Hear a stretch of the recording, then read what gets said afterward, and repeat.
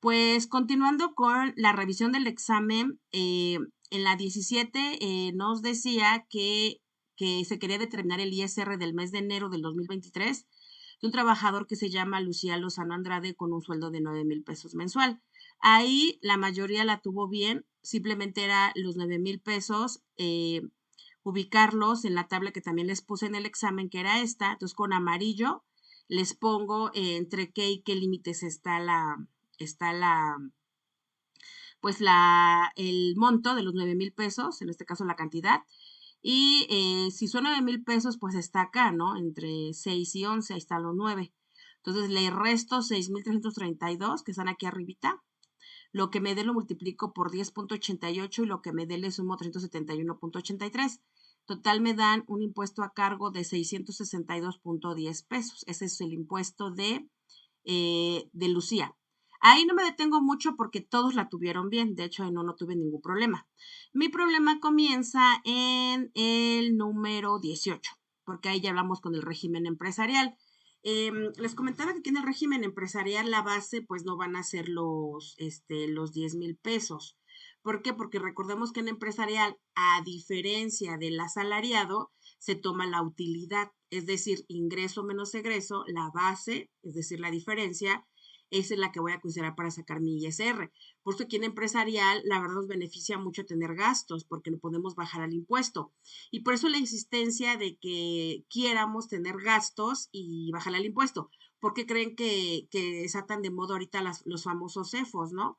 Los CEFOs son las empresas que facturan operaciones simuladas, por sus nombres EFOS, empresas que facturan operaciones simuladas, comúnmente conocidos como EFOS, y en la vida cotidiana se le conoce como factureras o empresas falsas en la vida no común, pero en la vida fiscal y el término correcto es decirle EFOS. Son empresas que facturan operaciones simuladas y del otro lado encontramos a los EDOS. Los EDOS con D de dedo, que es la E, la D, la O y la S, significa empresas que deducen operaciones simuladas. Esto significa que son las empresas que le compran a los CEFOS facturas de gastos para bajarle a su impuesto. Y eso pues está penado por la ley. Entonces aquí por eso es que las empresas en el régimen empresarial están tan insistentes en comprar facturas para bajarle a su impuesto. Entonces si por ejemplo yo digo, no, pues tengo 10,000 y compro en facturas 9,000 de gastos, porque a lo mejor o sea, no es que no los hiciera, pero a lo mejor de los gastos que yo hice no pagué el gasto, por ejemplo, la nómina. La nómina a lo mejor yo tengo contratados a mis trabajadores, pero no los tengo dados de altas en el IMSS. Entonces, como tampoco les hago un CFDI de nómina, o sea, una factura de nómina, no lo puedo deducir. Entonces ahí se me va pues casi la mitad de mi gasto, ¿no? O las personas que compran en efectivo tampoco lo pueden deducir porque pues obviamente gastan en efectivo o simplemente no gastaron. Entonces, en este caso, pues el impuesto les daría muy alto. Aquí porque hablamos de 5,000, 10,000, pero imagínate que sean 10 millones de pesos o 100 millones de pesos, pues sí les voto un impuesto muy alto. Entonces, lo que hacen las empresas, como les comentaba, es que recurren a las factureras. En este caso, si yo soy la empresa Ernesto Encinas Álvarez, o sea, está mi nombre, y yo le compro a una facturera, la facturera se llama EFO y yo me llamo Edo.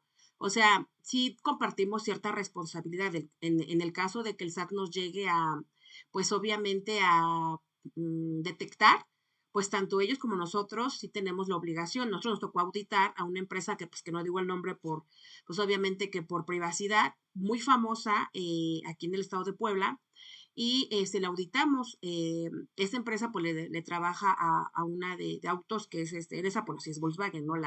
A la que le trabaja, ¿no? Entonces, bueno, esta empresa que es proveedora, le auditamos porque le compraba a otra empresa, EFO.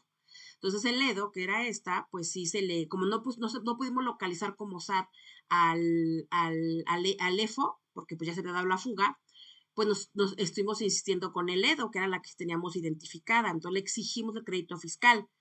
Ella se justificaba diciendo que sí lo había pagado con transferencia, que sí había metido factura, que sí justificaba sus gastos. Pero si ya habíamos detectado que su EFO ya estaba en la lista negra del SAT. La lista negra del SAT solo la pueden encontrar en el artículo 69B del Código Fiscal de la Federación. El 69B es la lista bueno, lo que, digamos, el 69 viene que se considera EFO, y el 79B, pues viene el complementario, perdón. Entonces allí nosotros tenemos que ver cuáles son los requisitos para que ellos no lo cumplan y se vuelvan o las tengamos como EFOS. Entonces aquí sí detectamos que en este caso a quien le compró esta persona, que sí tenemos identificada, era un EFO, ¿no? Entonces como se vuelve EDO, pues era el pleito, ¿no? Legal. Entonces ahí como ya juega un poquito ya pues el derecho fiscal, pero aparte juegan ya los abogados, más que los contadores son los abogados, que son especialistas en materia fiscal, pues ahí era el pleito, ¿no? Y pues eso se puede ir a años. Caso que si gana la autoridad, en este caso el SAT, pues le cobra todo al contribuyente, y si gana el contribuyente, pues entonces ya, pues obviamente se ahorra mucho y pues ahí también depende de cada abogado, ¿no? Entonces, bueno, retomando acá, por eso la importancia, ahora sí que me detuve para resaltarles porque la mayoría se equivocó en este cálculo. Entonces, pues era eso, ¿no? Que para el régimen empresarial, que pues también se llamó profesional, la base van a ser las utilidades o la diferencia entre ingresos y egresos. Entonces, 10,000 menos 5,000, pues me da una base de 5,000 pesos, ¿vale? Entonces, aquí en los 5,000 pesos igual los ubico aquí en la tabla y pues le resto el límite inferior, lo que me dé se llama excedente, lo multiplico por el porcentaje que son 6.40, lo que me dé se llama impuesto marginal, le sumo la cuota fija y me da un impuesto a cargo que son 286.57 pesos, ¿ok? Entonces, bueno, eso sería respecto al ISR. Ahora, respecto al IVA, también, a diferencia del régimen de asalariados, en asalariado quedamos que jamás van a manejar IVA, porque el asalariado no tiene nada que ver con el IVA. Recordemos que el asalariado, aunque sí pague IVA, pues cuando va a comprar gasolina y eso, aún así este asalariado eh, ay, está atendiendo a su compañero. Ok, entonces, bueno, este asalariado no puede hacer nada con el IVA. Si ya lo gastó, pues ahí se quedó, ¿no? Después, acá en el régimen empresarial y profesional sí tiene que sacar su IVA. Entonces, ahí la verdad está muy fácil porque hay nada más, pues, saca, ahí de hecho todos lo tuvieron bien. Hay nada más, 10,000 lo multiplica por el 16% su IVA de ventas, que se llama IVA causado o IVA trasladado, es de 1,600. En total, pues, él cobró 11,600. Sus egresos 5,000 pesos por el 16%, que son 800 pesos, pues le da 5,800. Entonces, la diferencia, lo que nos interesa a nosotros es la parte del IVA, no la voy a poner con amarillo para resaltar. Lo que nos interesa es de restar mi IVA de ventas contra mi IVA de gastos, me da un IVA a pagar, que son 800 pesos. Y así quedaría este caso.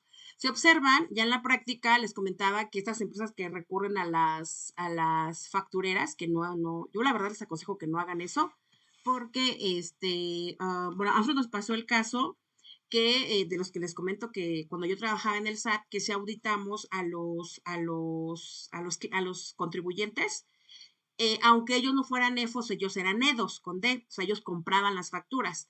Entonces, de todos modos, si el SAT gana, o sea, digamos, al final comprueba que sí son facturas falsas, ahí lo que pasó es que le van a cobrar todo al contribuyente, todo lo que dejaron de pagar, más los accesorios que les comentaba, que es actualización, recargos, unas posibles multas.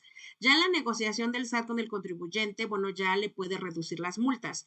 Pero imagínense, de por sí, esta persona, el EDO, ya le pagó una comisión a la facturera, porque pues le pagan comisiones buenas. Y aparte eso, tiene que pagarle al SAT lo que de por sí le tocaba pagar, más recargo, más actualización, más multas, pues se vuelve un mundo de dinero, ¿no? Entonces, bueno, mi consejo es que, porque a mí luego me preguntan como asesor fiscal, ¿qué podemos hacer? Entonces yo ya les digo, pues gasta. Oye, ¿cómo que gasto? Pues sí, o sea, fíjate en comprar donde sí te den factura. Es que yo fui a un hotel, pero es de un pueblito y del pueblito pues no me dan factura. No, pues tú pide factura, o sea, cámbiate de hotel, ni modo. Oye, la gasolina, pues carga donde sí te den factura, donde sí te admitan dinero electrónico. Que si vas a comprar, yo tengo un caso de un restaurante que hemos sufrido mucho por el IVA, porque la mayoría del alimento está a tasa cero, entonces pues no le ayuda mucho para bajarle a su IVA. pero yo le digo a este chef, pues meta sus uniformes de sus chefs, de usted mismo, meta sus ollas que utiliza en la cocina. Dice, ay, es que sí lo he hecho, pero no lo he facturado. Pues ahí está. Entonces yo es lo que el consejo que les doy, que sí metan cosas, pero que sí sean reales, ¿no? Porque tarde o temprano las cosas sí como que se descubren. Y lo peor es que luego hay gente que ni siquiera lo sabe hacer y la verdad es que lo hace muy mal. Entonces como que en lugar de como evadir a la autoridad, más la atraen, ¿no? Entonces, bueno, esa parte sí, hay nada más porque lo tengan considerado. Entonces, en resumen, esta persona, pagaría 286 de ISR y 800 pesos de IVA. Entonces, son como 8, 9, 10, como 1000 y algo, ¿no? Así quedarían sus impuestos. No sé si hasta acá, chicos, con los casos prácticos tengan alguna duda, todo bien, sobre todo en el 2, que es donde la mayoría como que no agarró bien la base, ¿no? Ahí vamos todos bien. Ahí, Sí, todo bien, maestra. gracias. Gracias, chicos. Bueno, me voy con el otro caso, que es donde como que aquí ya se empieza a complicar, ¿no? Dice que es el abogado Arturo Villegas Suárez, que tuvo ingresos por 20,000 pesos, para lo cual deberá emitir un recibo de honorarios. El recibo de honorarios yo lo pongo como en ese concepto, pero en realidad se conoce también como CFDI. Yo le quise poner recibo de honorarios para que ustedes identificaran que proviene de un servicio profesional, ¿no? Más que nada por eso. Pero realmente es CFDI. Se los comento porque también me encuentro a muchas personas que les digo, no, pues sí, tu CFDI. Y me dicen esas personas, no, es que a mí me pidieron recibo de honorarios y no. Y ya le digo, no, a ver, recibo de honorarios es lo mismo que CFDI, factura de ventas, lo mismo que CFDI, factura o recibo de arrendamiento es lo mismo que CFDI, recibo de nómina es lo mismo que CFDI, o sea, ya todo es CFDI para que nos quede más claro, ¿no? Entonces, aquí nada más para aclararles que aunque les puse recibo de honorarios es lo mismo que un CFDI. Contaba que ojalá tengamos oportunidad de ver CFDI porque me es elemental para que integremos todo lo que estamos viendo, ¿no? Pero bueno, aquí es CFDI, que es la factura electrónica. Ahora bien, dice que tuvo 20,000 y 5,000 de gastos. Entonces, para empezar, eh, hay que sacar la base, que aquí como es actividad profesional y empresarial, pues se maneja igual que el que acabamos de ver. Entonces acá a 20,000 le resto 5,000, entonces me quedan 15,000 pesos como base. Entonces, sobre la base, pues obviamente resto el límite inferior, me va a dar igual a un excedente, lo multiplico por el 17.92%, que es el porcentaje para aplicar sobre excedente del límite inferior, y lo que me da se llama impuesto marginal. Le sumo la cuota fija, que son 1,182.88, y me da un impuesto a cargo de 1,552.78. ¿Vale? Entonces, bueno, ahí ya saben que en este caso la tabla de ISR es la misma exactamente para todos, o sea, ahí no cambia, ¿no? Aquí también, bueno, quiero comentarles que estamos en el mes de enero. Ahorita ya a partir de, si nos da tiempo esta clase o en la otra, ya vamos a hacer pues ya febrero, marzo, abril, para que vean que se acumula. Como que ahí vamos a tomar otras bases para que vean cómo se saca, ¿no? Bueno, entonces en el examen así quedó con 1,152. Por ahí tuve una diferencia con algunos de sus compañeros por decimales, entonces no hay problema, chicos, si es por decimales, sin problema. De hecho, los que ya tuvieron oportunidad de hacer una declaración, y si no, yo les comento, cuando a nosotros nos sale un impuesto, en este caso de ISR, de 1,552.78, el SAT no nos permite hacer la declaración con decimales. Tengo que cerrarlo, ya sé que lo deje en 1,552 o lo deje en 1,553. Entonces, en mi caso, bueno, aquí el criterio que se toma es de 0.5 para arriba, se sube, y de 4 hacia abajo, pues se baja. Entonces, bueno, aquí como tiene 7, pues se sube, entonces lo dejaríamos en 1,553 pesos el ISR de esta persona. Y en el IVA, pues ahí la mayoría lo sacó bien, nada más hubo una persona que se me equivocó. Y bueno, aquí nada más es 20,000, ya saben, por 16%, 3,200, que se llama IVA trasladado o IVA causado. Después los egresos son 5,000 por 16%, son 800 pesos. Entonces la diferencia es el IVA que voy a pagar. Entonces, bueno, ahí creo que nadie se equivocó, creo que nada más por ahí tiene una diferencia de alguien que a lo mejor por error de vista vio mal, ¿no? Y ahí, eso quedó bien. Entonces esta persona en un primer momento pagaría ISR e IVA. Ahora voy con el segundo momento. Aquí me está pidiendo retenciones. Bueno, no sé, déjenme ver. Sí. IVA e ISR de retenciones, ¿no? Entonces yo les comentaba en las últimas clases que tuvimos antes del examen, que acá pues tenemos que checar. De hecho, me gustó mucho ustedes cómo me mandaron sus trabajos y cómo algunos lo hicieron en el examen porque hacen una tablita, la verdad, bien práctica. Aquí las tablitas ya es de cada quien. El SAT nos dice, tú haz tus papeles de trabajo como pues tú quieras. Nada más lo que quiero es que me dé el impuesto real. Les comentaba que de hecho en las auditorías, cuando la autoridad no le entiende a lo que calculamos, nos pide nuestros papeles de trabajo. Entonces tenemos que mostrarle así nuestra tablita como lo sacamos. Entonces sí está muy bien como ustedes lo manejaron, díganme, me gustó. Ya es cada quien como le entienda y está muy bien, ¿no? Entonces, bueno, aquí la verdad está muy fácil porque la retención siempre va a ser la base del ingreso, es decir, los 20,000. Entonces, esta va a ser mi base siempre para las retenciones, ya llámese de ISR o de IVA. Esa siempre va a ser mi base, 20,000. Entonces yo multiplico 20,000 por el 10%, pues son 2,000. Y luego multiplico esos mismos 20,000 por 10.666%, pues me va a dar igual a 2,133.33. Hasta ello, digamos, les las puse buenas. Todavía hubo personas que se adelantaron y qué bueno, ¿verdad? Que saben, ¿verdad? Para que nos vayamos complementando. Y ya me restaron. Digo, pues qué padre, ¿no? Porque ya me restaron acá, que de hecho está muy bien así como lo hicieron. Entonces, ¿qué hicieron? Que a 1,552, que fue el ISR a cargo, le restaron la retención, que es esta, la de 2,000, y les dio un impuesto a favor. Está excelente.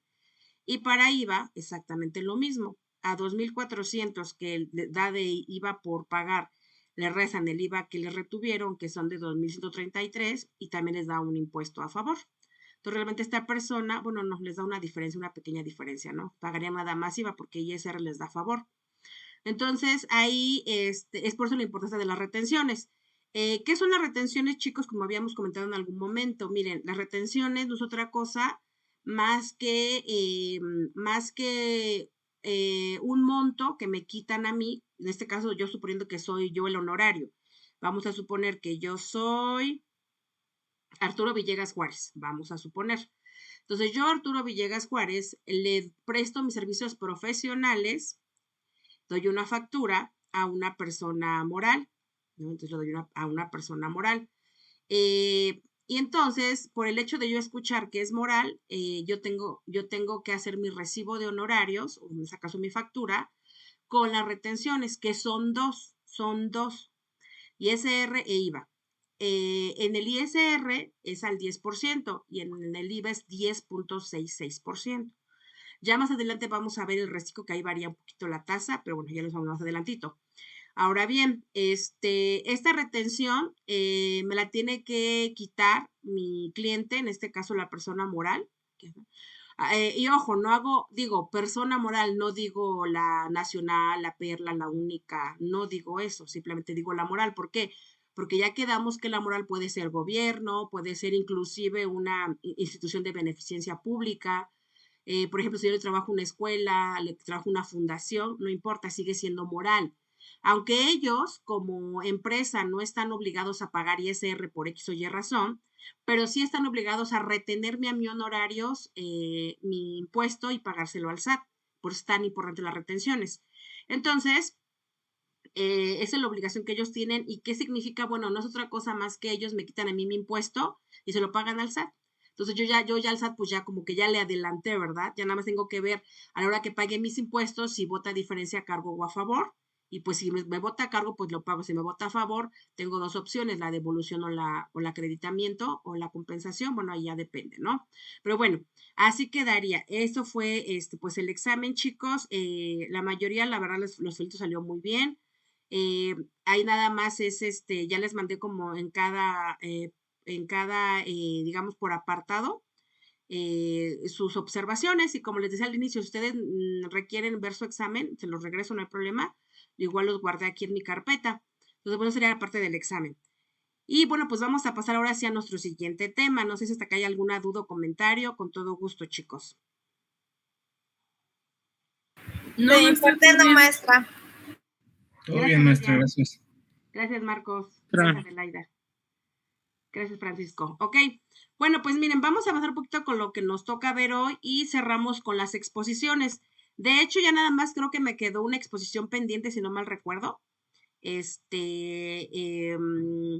Y bueno, ya nada más cerraríamos con esa. No sé, aquí tengo registrado que hace 8 días expuso Miriam, expuso Marcos, me parece que expusiste, ¿verdad?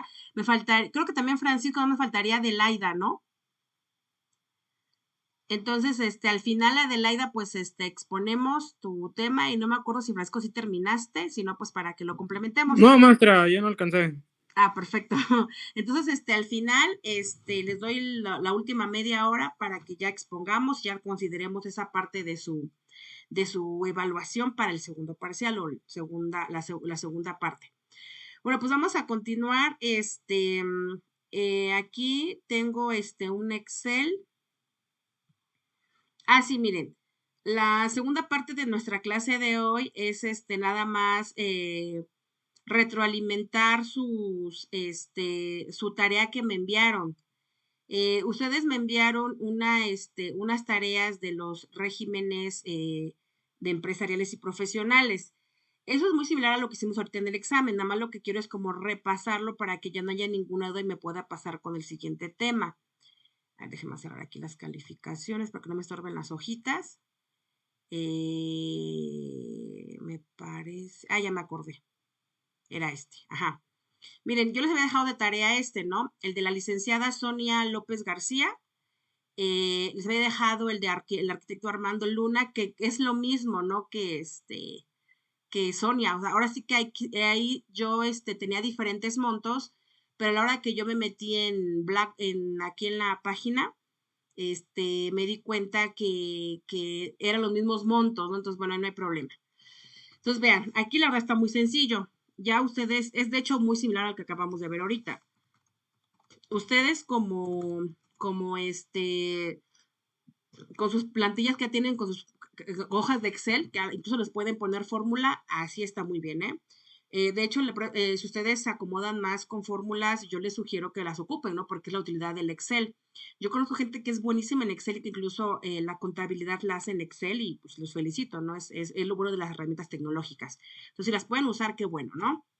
Entonces, van, aquí son 10,000 y aquí son 8,000. Aquí dice que son servicios profesionales. Aquí, miren, el primer paso que tenemos que ver es número 1, si aplica retenciones o no. Es lo primero que tenemos que ver. Si aplican retenciones. El IVA siempre va a aplicar, el ISR siempre va a aplicar. Nada más acá lo que queremos es identificar las retenciones.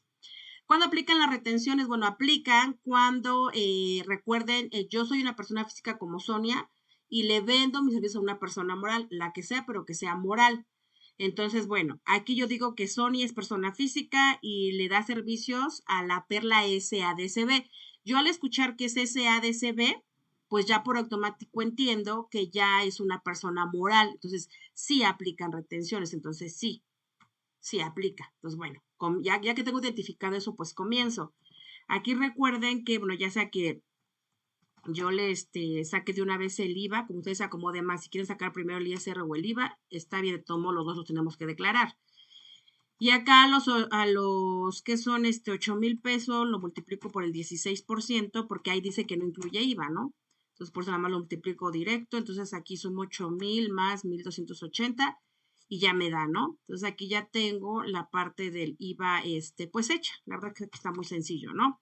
Es sencillo cuando todo lo que yo vendo graba IVA y cuando todo lo que yo gasto graba IVA, ¿eh? Pero luego vamos a encontrar situaciones en las cuales está tasa exenta o tasa cero. Entonces, bueno, eso ya lo veríamos más adelantito. Entonces, aquí nos da un IVA por pagar. Vean, aquí le voy a poner IVA por pagar de 320 pesos, ¿sale? Es lo que nos da de IVA. Aquí lo voy a poner también para que se distinga. Ahora me voy con la parte del ISR. En el ISR, ustedes también ya los vi que ya están bien expertos en ISR. Entonces acá vamos a considerar la utilidad. Aquí también, digo, a lo mejor a muchos les suene como, como infantil o se les escuche como lógico, pero créanme que al día de hoy mucha gente se equivoca. Por eso lo quiero enfatizar. Miren, aquí lo que está pasando es que yo tengo que considerar la base antes de IVA. O sea, si yo gasté 10,000 antes de IVA, perdón, yo vendí 10,000 antes de IVA y gasté 8,000 antes de IVA, pues mi utilidad son 2,000 pesos antes de IVA, ¿sale? Entonces mi base para ISR son 2,000 pesos. ¿Por qué lo quiero aclarar? Porque no la mayoría, pero todavía muchas personas me quieren sacar la base de de la utilidad con todo y el IVA. O sea, quieren que su base sea 2,320. Y esa no es la base de ISR, esa no es la base de ISR. La base de ISR es monto antes de IVA, ¿sale? Entonces, bueno, aquí le pongo que la base, pues quedamos son 2,000 pesos, base, son 2,000 pesos, ¿sale? Y así ya comienzo, ya hago todo mi procedimiento que ya conozco. Aquí nada más lo voy a copiar como para ahorrarme el procedimiento. No es que ya lo tenía yo abierto, pero creo que ya se me cerró. Bueno, ni modo. Ah, no, miren, aquí está. Entonces aquí ya lo tengo. Y lo paso a mi ejercicio, ¿sale? Ahí está. Entonces mi base son de 2,000 pesos. Ahora voy a checar mi tabla, que en este caso es la tabla que ya hemos manejado. Ahorita ya vamos a cambiar de tablas. Ahorita más déjenme, nada más déjenme ahora sí que terminarles y ya. Voy a hacerlo aquí más grandecito para que me quepa. Ahí está, ¿no? Ahora sí, entonces tengo mi base que son 2,000 y ya también tengo mi tabla, que es la misma que hemos venido ocupando, la misma del examen, la misma de las prácticas, la misma que ustedes usaron. Hay gente que ya lo enlaza, entonces está súper bien, ¿no? Entonces, bueno, aquí ya lo tengo. Entonces, pues vamos a comenzar. Es que lo que no creo es que quedara tan grande, pero bueno. Ok, entonces acá ubico, ¿no? Los 2,000 pesos entre qué y qué están. Entonces acá, bueno, aquí voy a quitar para no confundirnos. Pues ubico los 2,000, ¿no? Entonces los 2,000 los ubico pues en la segunda fila, ¿no? Que sería acá. La verdad está muy sencillito sacarlo. O sea, aquí nada más el límite inferior son 746.05. Entonces tengo que restar 2,000 menos 746, me da un excedente de 1,253. El por ciento son 6.4%. Recuerden que también era la falla que teníamos. No me acuerdo si aquí, pero sí me he topado con ese problema que le pone 6.40 sin el por ciento y pues les da un mega impuestazo, ¿no? Y pues no. Entonces multiplico, ¿no? 1,253.95 por 6.40% me da 80.25 de impuesto. Pero aparte tengo que sumarle la cuota fija que son 14.32. Entonces esto me va a dar igual a el impuesto marginal más la cuota fija. Entonces en este caso quedaría de 94.57 su ISR. Entonces bueno, en verde puse el IVA que son 320 y en rosa puse el ISR que son 94.57. ¿Sale? Hasta acá quedaría si yo le hubiera vendido mis servicios profesionales a otra persona física. Es decir, Sonia López García, le vendo, por ejemplo, a Juan Pérez Pérez. Como ambos somos físicas, entonces así quedarían mis impuestos, nada más. IVA 320 y ISR 94.50. Pero da la casualidad, o más bien no la casualidad, da la situación que yo física le vendo a la UNAMORAL. ¿Qué le vendo? Pues mis servicios profesionales. Entonces, aquí sí tengo que aplicar retenciones, ¿sale? Entonces, ya ustedes como se quieren acomodar, Luke, la verdad me fascinó su tablita de ustedes, pues yo la verdad es que así me acomodo. Yo me acomodo como que poniéndole a cada impuesto lo que le corresponde, ¿no? En este caso estamos hablando que aquí es IVA, pues aquí le voy a poner la retención de IVA, que sabemos que es al 10.666%. Entonces multiplico. Acuérdense que acá es la base que siempre va a ser el ingreso. Recuerden, en retenciones la base siempre va a ser el ingreso antes de IVA. Entonces aquí el ingreso es de 10,000 por 10.666% y me da 1,066.67. Y aquí le voy a poner más ceritos para que se vea que es el 0.6666, ¿sale? Ahí está. Entonces, esto lo voy a bajar. Entonces, ¿qué va a pasar? Que Su IVA por pagar de Sonia era de 320, pero como ella ya le quitaron 1066.67 de retenciones, le da un saldo a favor, que son 746.67. Ahora, por otro lado, en ISR, pues saco lo mismo. Aquí le pongo retención de ISR, que es al 10%. Entonces, aquí serían igual la base, recuerden, perdón, el ingreso, que son 10,000, por el 10%. Ay, es que acá creo que agarré mala. No, sí. La fórmula. Entonces acá, ahí ya está. Sí lo quiero como dejar claro porque yo sé que como ya hicimos IVA, ya hicimos ISR y en IVA la diferencia que la utilidad, en este caso saqué el IVA y para ISR saqué la utilidad y le apliqué la tabla, me llego a confundir cuando veo retenciones. Porque digo, entonces, ¿qué tomo, no? Tomo la utilidad, tomo el gasto, el ingreso, ¿qué tomo? Ya me hice bolas, ¿no? Entonces, es muy fácil. En retenciones, la base siempre va a ser el ingreso antes de IVA. Siempre, siempre, siempre. O sea, ahí no hay pierde, ¿no? También en la retención en la tasa nunca va a cambiar. Siempre va a ser para ISR 10 y para IVA 10.66%. Independientemente de la venta, independiente del gasto, siempre va a ser esas tasas. Ahí no varía. Entonces, bueno, entonces yo digo acá, si mi ISR fue de 94 y a mí me retuvieron 1,000, pues me da saldo a favor, ¿no? Entonces, en este caso me dan 2 saldos a favor. De IVA, que es 746.67, y de ISR, que me da de 905.43. Les comentaba que en IVA yo puedo pedir la devolución, o sea, la puedo pedir de regreso, o puedo pedir o puedo yo acreditar. ¿Qué significa acreditar? Que si ni el siguiente mes me sale IVA a cargo, lo puedo restar, ¿vale? Pero hacia adelante, nada hacia atrás. Y en ISR tengo un saldo a favor que lo mismo puedo en el siguiente mes si me da, pues irlo ahí como jalando, ¿no? Entonces, bueno, así quedaría respecto a Sonia. Para Armando, pues no me voy a meter porque les contaba que es el mismo, es el mismo que les mandé, nada más le cambié el nombre, pero bueno, yo en mis apuntes tengo otros montos. Pero como ustedes les mandé el mismo, pues ya no tiene caso volverlo a ver, ¿no? Me voy con el otro, que es el licenciado Arturo Sánchez Pérez, y que tiene esta situación. Vean, es bien interesante esta situación.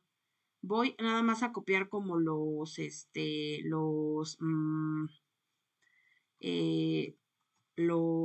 gráficos, en este caso, para que ya no repita yo lo que ya acabo de hacer. Y nada más ajusto la que corresponde, ¿no? Entonces, bueno, punto número 1, ya dijimos, voy a ver si se aplica retenciones o no. En este caso, pues sí aplica retenciones. ¿Por qué? Porque vean, es Arturo a la única SADCB. Entonces ya es una física y una moral.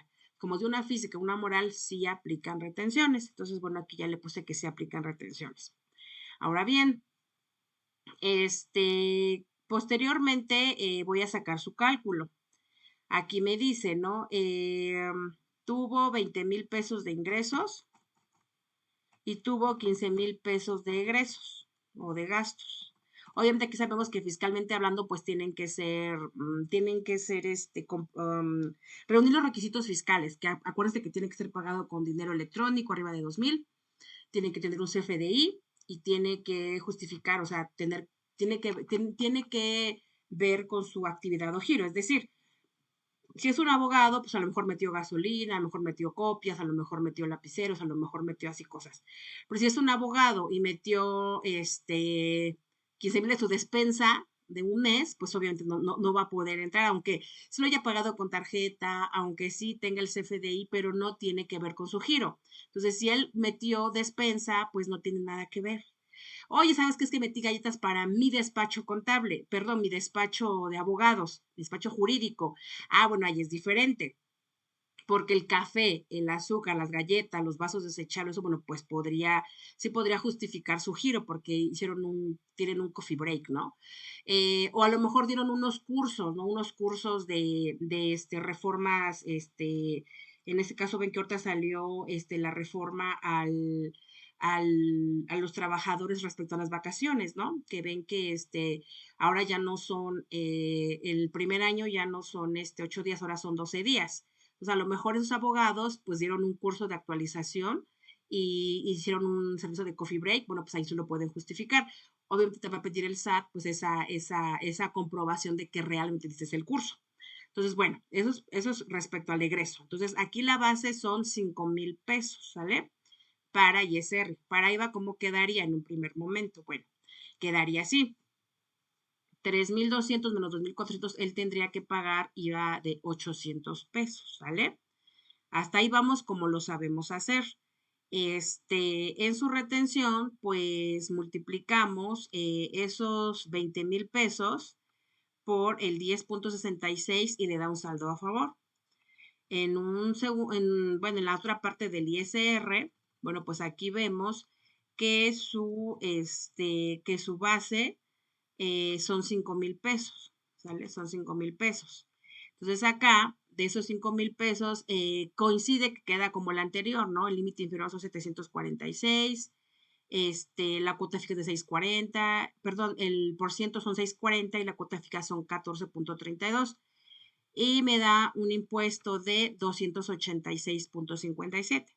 Le aplico la retención, que es la base, que quedamos que son 20,000 pesos por el 10%, ahí está, y me dan 2,000 pesos. Cuando yo a 286 le resto 2,000, le da un impuesto a favor de 1,113,43, ¿sale? Así me quedaría en un primer momento. Pero aquí viene la otra situación, que es muy común, que dice que no le pagaron todo, que solamente cobró el 50% de honorarios y el otro 50% pues se lo quedaron a deber a lo mejor el otro mes. Esto pasa mucho en los divorcios, ¿no? O a lo mejor en los trámites que contrata un abogado o se contrata un abogado.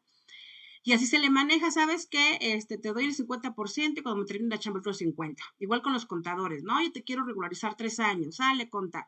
¿Cuánto me va a cobrar? No, pues 40,000. Ah, bueno, está bien. Entonces, para que usted me comience mi regularización le doy 20. Cuando usted me acabe de regularizar le doy los otros 20. Eso independientemente de los impuestos que hay que pagar, ¿no? Como empresa.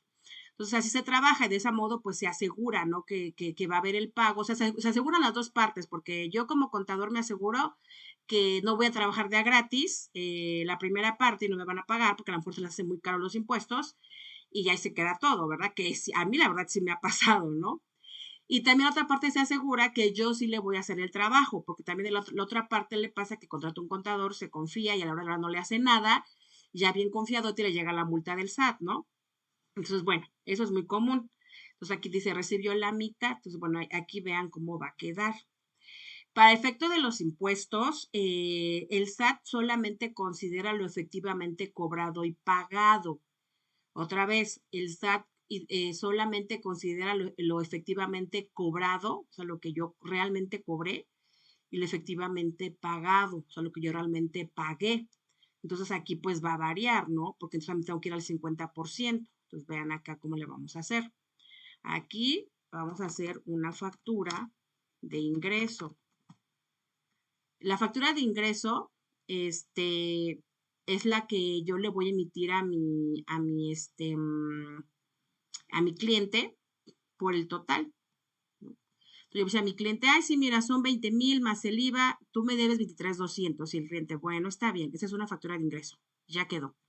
Pero ahora me voy a hacer el pago. Entonces en el pago, para efectos de impuestos, tomo esto, pero solamente, pues la mitad, ¿no? Entonces, a ver, déjeme copiarlo todo y me lo voy a llevar a la mitad. Espero que sí esté siendo clara, si no, no hay problema, lo repito, ¿eh? Ahí está.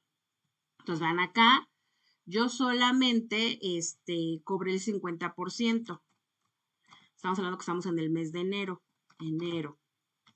Yo solamente repito, cobré la mitad, entonces serían 10,000 pesos, ¿vale?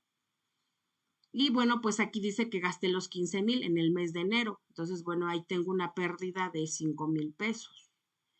Y en el IVA, pues obviamente también tengo un IVA a favor de 800 pesos. ¿Ya vieron? Cómo todo cambia. Y bueno, Entonces, ¿qué va a pasar acá? Vean cómo aquí es la ley rara. ¿Por qué rara? Porque pues la ley no va a saber que yo tengo pérdida. La ley me sigue insistiendo en las retenciones. No, es que tu retención es del 10 por 10.66. Yo no sé 10 por utilidad. Sácame la retención. Entonces ya, sacamos retención que 10,000 por 10.66 son 1,066. Tengo un saldo a favor y tengo más saldo a favor. Entonces yo tengo a favor 1,866.67. Para ISR, ¿quién me quiere decir cómo le haría? Porque me dan 5,000 negativos. ¿Quién me quiere decir cómo queda ahí? A ver, escucho opiniones. Francisco, Miriam, Marcos, Adelaida. ¿Cómo calculo ahí el ISR? Porque me dio negativo.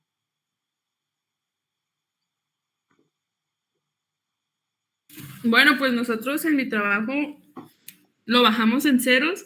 El porcentaje de la tasa lo dejamos en 1.92, que es la más baja. Y ya nada más al final sería agregarle retenciones, que igual te daría negativo. Gracias, Adelaida. Muy bien. Ok, pues sí, chicos, miren, aquí la situación es que para IVA, pues ya vimos que nos da a favor, lo declaro y ya sea que lo pida de regreso o lo acumulo para mi siguiente mes. Pero en ISR, como me da negativo, pues no aplico nada. ¿Por qué no aplico nada? Pues porque sobre pérdida no hay no hay impuesto. Estamos en enero, repito, estamos en enero. Ya si yo llego a marzo, abril, puede ser que en abril me dé pérdida en abril, pero como traigo saldos acumulados me da utilidad, pues sobre eso sí calculo el impuesto, pero ya es cuando ya veamos todos los acumulados, ¿no? Entonces aquí en este caso, no me da pagar ISR y sí me da pagar IVA, ¿sale? Perdón, no me da pagar ISR y tampoco me da pagar IVA, entonces yo en enero de ISR y de IVA no pago nada, aunque yo recibí 10,000 pesos. ¿Por qué? Porque mi gasto superó mi gasto superó al ingreso, por esa razón. Entonces, desde la lógica, así lo tenemos, ¿no? O sea, si yo tengo pérdida, obviamente pues no hay impuesto, ni de IVA ni de ISR, ¿sale? Ahora, por eso insisto una vez más, ¿no? Por eso está tan marcada esta parte de mete gasto, porque si tú metes más gasto que ingreso, pues no te va a votar impuesto, y por eso la mayoría no, pues compro unas facturas de gastos, compro. Y se ha hecho tan común en nuestro país la compra de facturas falsas, por esta razón. Entonces aquí ya lo vieron, lo palparon, de que sobre pérdida no hay impuesto. Aquí la situación es que tampoco es lógico, por la misma lógica del negocio, tampoco es lógico que siempre haya pérdida, ¿no? Porque entonces, ¿para qué existes? Entonces, a lo mejor te dirá la autoridad, bueno, pues entiendo que en estas operaciones tienes pérdida. A lo mejor en otro mes, pues también tuviste pérdida, pero ya consecutivos 1 año, 2 años, 3 años, pues no, te va a auditar a ver si es cierto. Lógicamente que si estábamos en esta etapa de la pandemia, pues ahí sí se entiende, ¿no? No, pues sí, obvio, perdiste, pues sí, hasta yo, gobierno, te debo de apoyar con un subsidio, con algo para ayudar a la economía del país. Pero en términos generales, un negocio no se abrió para perder, nació para ganar. Por eso es que los impuestos van de la mano con la utilidad. Pero bueno, suponiendo que si te diera pérdida, no te da impuesto a pagar. Entonces así quedaron nuestros impuestos, chicos. No sé si hay alguna duda o comentario. ¿Todo bien? ¿O quieren que les dejemos más ejercicios para que practiquen? Sí, yo no tengo problema, maestra. Excelente, felicidades, muy bien. Ya para cuando les toque de hacer estos, pues ya sepan, ¿no? Ok, Igual eso, bueno, yo opino que con la práctica pues ya va a quedar un poco más claro. exactamente. Por eso es que les voy a dejar ejercicios, voy a dejar 5 para que lo practiquen. Porque eso es como la manejada, hasta que no lo hacemos, pues no le entendemos, ¿va? Bueno, ya para finalizar con este tema, repito, aquí la factura se llama de ingreso y aquí la factura se va a llamar factura de pago, ¿sale? Entonces, aquí le voy a poner de pago. Así quedaría. Yo hago mi factura de ingreso por el monto, que es esto, perdón, nada más por el ingreso, que son 20,000 masiva, ahí está. Y en el pago sería factura de pago, que sería esto. 10,000. Obviamente tiene que haber otra factura de pago más adelante, ya sea en febrero, marzo, abril, en medio año, al año, no sé cómo haya quedado el abogado con el cliente. Y tiene que hacer otra factura así, igual así, en el mes que corresponda y la va a hacer así. Factura de pago, pago 2. ¿Acá? Y con eso ya queda saldado bueno, aquí es 1, perdón. Aquí es 1 y aquí es 2. Y con esa queda saldada ya queda saldada ya la factura de ingresos. Es decir, yo le digo factura madre o factura de origen, ¿no? Que es esta. Pero en realidad es una factura de ingreso que tienen que venir, aunque no se, digamos, se pagó todo, pero tú tienes que hacer una factura de todo el monto, que son 23,200, que son 20 más 3,200 del IVA, 23,200. Tiene que ver tu factura de ingreso. Cuando te hagan el pago 1, pues tú le haces el pago que es por 10,000, y el IVA, y debe haber un pago 2, para que entonces estas dos justifiquen la factura de ingreso que fue la de origen, ¿sale? Así debe de quedar ya en su mes que corresponda. Aquí yo no le pongo mes porque pues ahí no dice si al final de cuentas el otro cuate le pagó en febrero, le pagó en marzo, le pagó en abril, le pagó al medio año, no sabemos, pero lo que ustedes sí deben de saber es que sí debe de haber una factura de complemento de pago. Así se conoce, factura de pago. Porque si no la hay, entonces eso queda abierto. Y se los quiero comentar y hacer mucho énfasis porque recientemente, o actualmente más bien, la mayoría de clientes que yo tengo, que conozco, no digo que sean todos, pero sí hay muchos, como ya hicieron su factura de ingreso, que son 23, les pagaron 10,000 y luego les pagaron 10,000 y el cliente en este caso no le exigió la factura de pago, no lo hicieron. Y ya se les pasó el año y no lo hicieron. Le digo, ¿pero por qué no hiciste la factura de pago? Ah, no, pues es que no sé qué es eso. No, no, no, es que no sepas qué es eso, sino que tú que recibiste el dinero, es decir, Arturo Sánchez que recibió el dinero como abogado, está obligado a emitir la factura de pago porque él recibió el dinero. Si el otro no lo pidió, bueno, pues ya es su problema del otro porque no lo pudo deducir de gastos. Pero Arturo sí está obligado a emitir la factura de pago, sí o sí. Y sus plazos solamente son 5 días después de cerrado el mes. Es decir, que si aquí él cobró en enero los 10,000 pesos masiva, él tiene solamente el mismo enero para emitir la factura de pago o 5 días posteriores, que sería hasta el 5 de febrero para emitir la factura de pago. Pero el obligado es él, Arturo. Entonces, porfa, porque si ustedes tienen ahí un cliente, un contribuyente o ustedes están en esta situación, échenle ganas ahí porque sí hay multas para las personas que no emiten las facturas de pago, de complemento de pago. No, no, esto está, pero ahorita súper, no de moda, pero sí súper sonado. Entonces, mi factura de ingreso con mi factura de pago. Por eso que a propósito les puse este ejemplo con el pago de 50%, ¿no? Me preguntaban otros alumnos, oiga, maestra, ¿qué pasa si por ejemplo, Electra, ¿no? Que se va a paguitos, ¿no?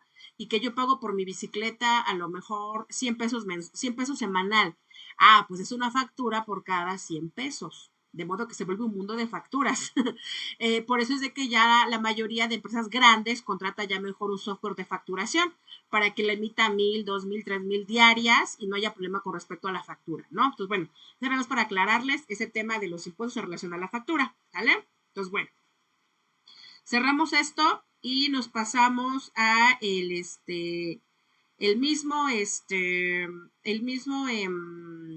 la misma determinación de ISR e IVA, pero con reciclo.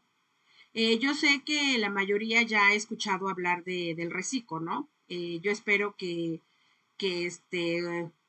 ya bueno, ayer escuchó, si no, pues aquí lo vamos a ver, no se preocupen. Entonces, bueno, acá nada más no me voy a meter mucho en tema de reciclo porque no es como mi temario, nada más es parte del temario que estamos viendo que es derecho fiscal.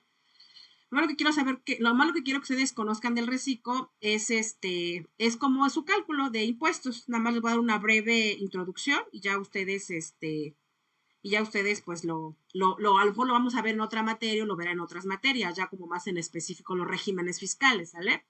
Entonces, persona física reciclo, no es otra cosa más que el régimen simplificado de confianza. Este régimen simplificado de confianza, pues, se aplica para personas físicas y también para personas morales. Ustedes ya tienen más claro qué es persona física y qué es persona moral, ¿vale? Ahora bien, El reciclo solamente vino a cambiar la forma de determinación del ISR, es decir, del impuesto sobre la renta. Del IVA no, del IVA se quedó sin cambios, ¿no? O sea, así como ven que ahorita sacamos el IVA para el examen, el IVA de sus prácticas, el IVA en persona física, el IVA en persona moral, que es IVA trasladado menos IVA acreditable, la diferencia es la que yo le pago al SAT. Bueno, pues así se sigue manejando, ese no tuvo cambios. Aunque el contribuyente se cambia a reciclo, de todos modos el IVA se sigue sacando igual. Entonces, en conclusión, el reciclo, que es el régimen simplificado de confianza, vino entonces a suplir al ISR como se determinaba con los otros regímenes, que en este caso era RIF, que es el régimen de incorporación fiscal, que era el de actividad empresarial, que es el que estamos viendo, y profesional, ¿vale? Ahora bien, el régimen simplificado de confianza, pues lo que se pretende o se pretendía es una simplificación administrativa para el pago de ISR. ¿Por qué? Porque ustedes, como se podrán dar cuenta, es un poquito largo la determinación de ISR cuando no eres contador, ni administrador, ni financiero, ¿verdad? Es como complicadito. Como yo les decía en su momento, a mí la gente se me acerca y me dice, ¿cuánto es mi tasa de ISR? Pues, ¿cuánto ganas? No, pues 9,000. Bueno, pues 1,92, ¿no? Pero no es directo. O sea, hay que hacer un procedimiento en el cual hay que restar el límite inferior, sumarle, multiplicarlo por el porciento y sumarle la cuota fija de esa tabla. Entonces, no nos capta la mayoría lo que estamos hablando, porque hay que, pues ahora sí que hay que estudiarlo, ¿no? Entonces, para evitarse este relajito que dice el SAT, ok, voy a hacer una simplificación para el ISR para que sea más rápido, sencillo, eficaz, y la mayoría de contribuyentes que son informales, pues se den de alta o se anexen a este nuevo régimen, ¿no? El objeto de este nuevo esquema es la reducción de tasas de impuesto para que las personas que tengan menores ingresos pues paguen menos. En este caso, bueno, pues sí es justo porque el que más gana, pues que más pague, y el que menos gana, pues que menos pague. Esta propuesta está orientada a contribuyentes que sean microempresarios, sean pequeñas empresas, y que su tope, es decir, sus ingresos no rebasen de 3.5 millones de pesos facturados en el mes. ¿Por qué dice, perdón, facturados en el año? ¿Por qué dice facturados? Porque recuerden, no es lo mismo vender que cobrar. O sea, puede ser que yo vendo 100,000, pero cobro 2 pesos. Entonces, no es justo que yo pague sobre 100,000 un impuesto que no he recibido el pago, a que pague yo solamente de lo que mi cliente me pagó. Es justo.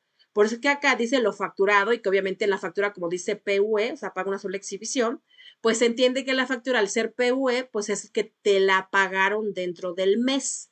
Entonces, en conclusión, solamente vas a pagar impuesto de lo que tú cobres, independientemente de lo que hayas vendido. Repito, porque si vendí 100,000 y cobré 2 pesos, pues solamente pago de los 2 pesos que cobré. Ahora, ¿cuál es el tope de ingresos anual? 3.5 millones de pesos.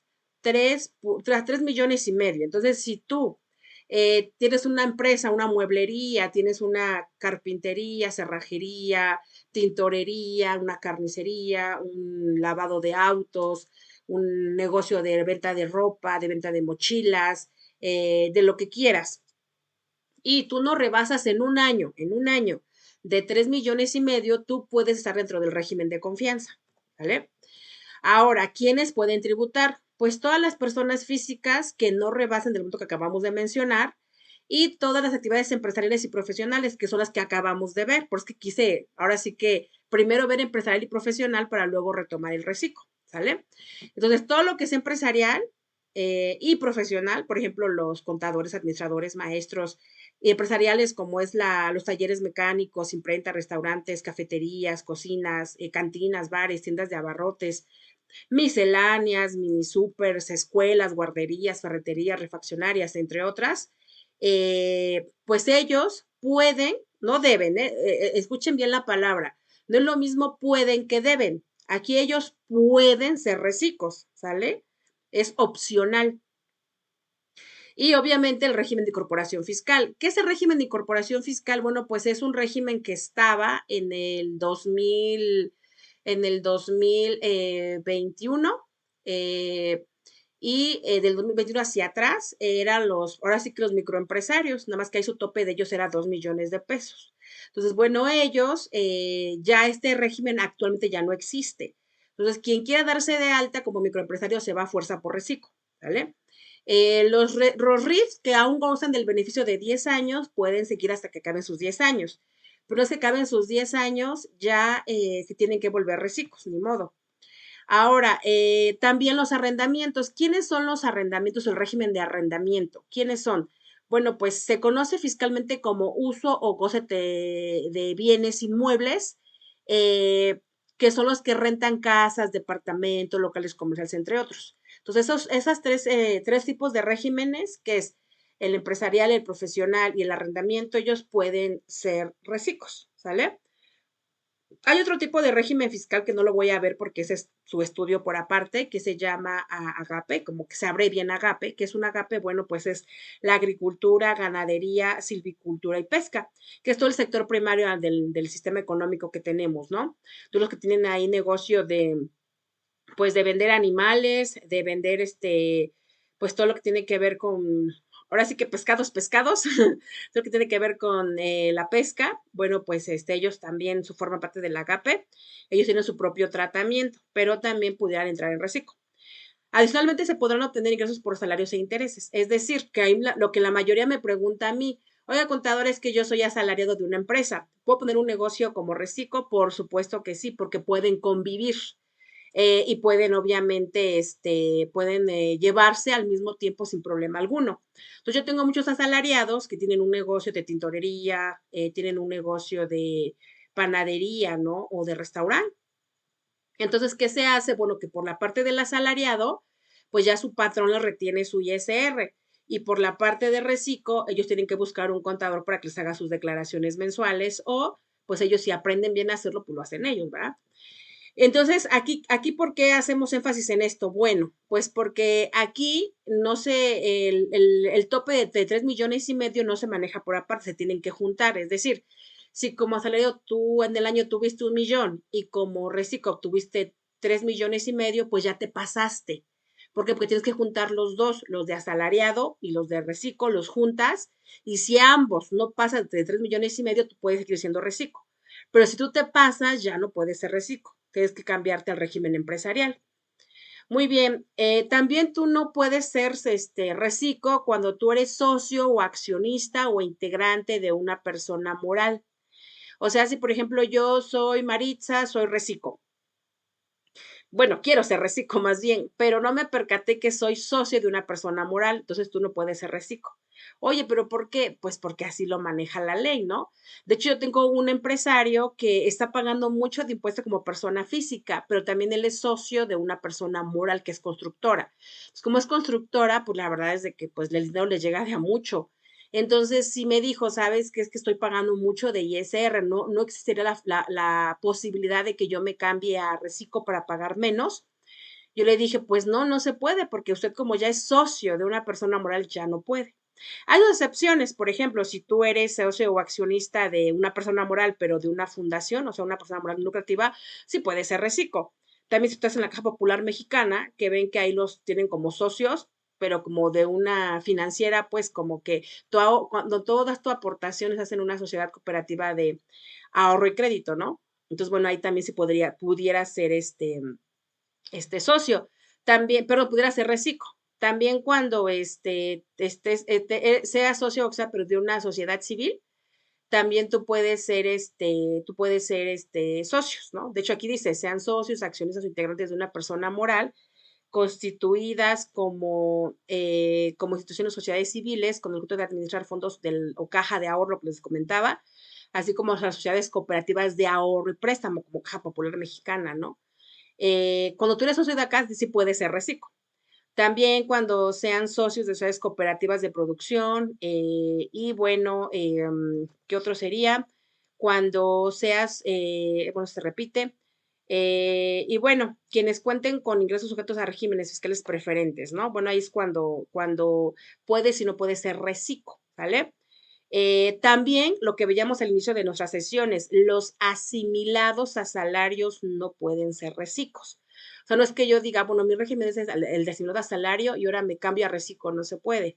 Porque recuerden que, por un lado, el asimilado a salario se asimila a salario, entonces un asalariado no puede cambiarse a reciclo. Puede convivir con el reciclo, pero no puede cambiarse a reciclo, ni el asalariado ni el asimilado a salario. Aparte, si yo soy asimilado a salario, puede ser que yo sea miembro de un consejo directivo, o sea parte del consejo de administración, comisario de una empresa moral. Entonces, obviamente, pues tampoco puedo ser reciclo, ¿no? Me pagan mis honorarios y pues no puedo ser reciclo. Decíamos que para los regímenes de incorporación fiscal, bueno, ellos ya quedaron con su régimen que traían. Si se habían dado de alta antes de septiembre del 2020, de 2021, ellos todavía podían ser, o sea, presentar un aviso, que de hecho aquí lo pusieron con verde, aviso de actualización. O sea, era muy sencillo, nada más te metías en la página del SAT y te aparecía, cuando tú dabas tu RFC, por automático te aparecía, usted desea continuar como RIF, tú le decías que sí y por automático se enviaba el aviso. La verdad era muy sencillo, pero la mayoría pues no se enteró o no supo qué hacer. Entonces, presentando ese aviso, todavía tú te daban el beneficio de gozar tus 10 años de beneficio del RIF. Porque obviamente comparando el RIF, que es el régimen de incorporación fiscal, con el reciclo, pues está todavía más beneficiado el RIF, sinceramente. Entonces, quien presentó el aviso, pues se quedó como RIF. Yo, de hecho, tengo muchos que sí presenté el aviso y estamos como RIF.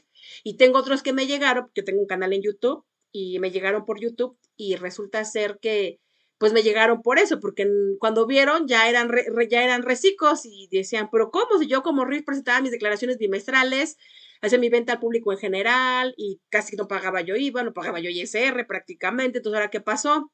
Y ya les comenté, bueno, lo que sucede es que tuve que haber prestado el aviso y tuvo que haber sido máximo 31 de enero. Todavía el SAT dio chance hasta febrero, ¿eh? Pero como no se presentó, pues se quedaron como reciclos, ¿no? Entonces, eso es para los RIF. Ahora bien, lo que ya habíamos visto ahorita, pues, como el RIF surge en el 1 de enero del 2022, aquí ponemos un comparativo del 2021 con el 2022. Entonces, aquí, ¿qué vemos? Bueno, pues aquí lo que vemos es que pues acá la actividad empresarial para el año 2021-2022 sigue existiendo, ¿sí? O sea, como mencioné al inicio, tú tienes la opción como actividad empresarial, o sea, el régimen de actividad empresarial, tú tienes la opción de cambiarte a reciclo, además tienes la opción solamente, pero si tú quieres quedarte como actividad empresarial, te puedes quedar, por eso es que los dos siguen existiendo. Los RIF, que su tope de 2 millones de pesos, siguen existiendo, pero se cambiaron a reciclos, o sea, por automático el sistema, aquí sí, no era opcional, aquí el sistema sí los cambió a reciclos, ¿vale? Excepto los que prestaron su aviso, a más tardar el 31 de enero, ellos se siguen quedando como RIF, pero de hecho, si tú te quieres dar de alta como RIF, ahorita ya no se puede. De hecho, tampoco en el año 2022 tampoco ya se podía darse de alta como RIF, y eso ya quedó en el pasado, ya no existe el RIF. Quedó vigente, repito, para los que sí tienen su beneficio de los 10 años todavía. Hay un régimen que se llama plataformas tecnológicas, que en su momento, si nos da tiempo, lo veremos. Ellos siguen existiendo. ¿Qué son las plataformas tecnológicas? Pues lo que se conoce como Uber, Didi, Cabify, Sin Delantal, Mercado Libre, Amazon, Airbnb, las citas de amor, que es el famoso Tinder, entre otros, ¿no? Esas son las plataformas tecnológicas que el SAT determina que su régimen se llame plataformas tecnológicas, ¿sale? Pero las plataformas tecnológicas no pueden cambiarse a RIF, no pueden cambiarse a RIF. Perdón, no pueden cambiarse a reciclos. ¿Por qué? Porque lo determina la ley. De hecho, las plataformas vienen de un sistema en el cual los que trabajaban por Uber y todo eso ganaban muchísimo. Bueno, no digo los conductores, sino la plataforma en sí, porque ya ven que ustedes se dan de alta como chofer, ustedes tienen que pagarle una comisión a la plataforma, ¿no? Entonces, como ganaba mucho por comisión de las plataformas, dijo el SAT, no, voy a poner un nuevo régimen que se llame plataformas tecnológicas. E inclusive ahorita con la pandemia, pues más se usaron las plataformas tecnológicas. Entonces ahí fue donde dijo el SAT, no, los voy a grabar, pero con un régimen especial. Ya no van a ser RIF, porque ay, sí, qué bonito, ¿verdad? Casi no pagan ISR, casi no pagan IVA. No, hombre, entonces yo cambio. Entonces ya fue que mandó a esas plataformas a ese régimen especial. Entonces, las plataformas siguen existiendo en el 2022 y ahorita en el 2023, pero les comentaba, estas no pueden ser reciclos, no pueden ser reciclos.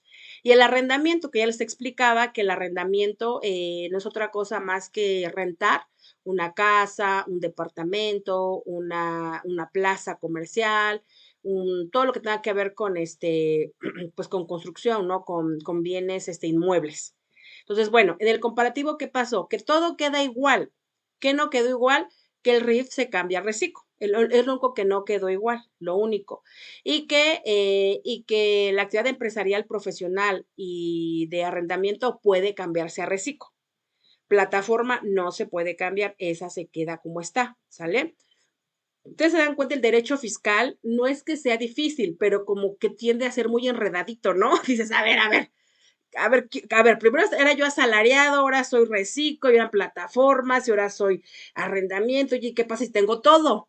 ¿Qué pasa si soy asalariado? Pero como soy bien emprendedor, compré 2 casas y las rento.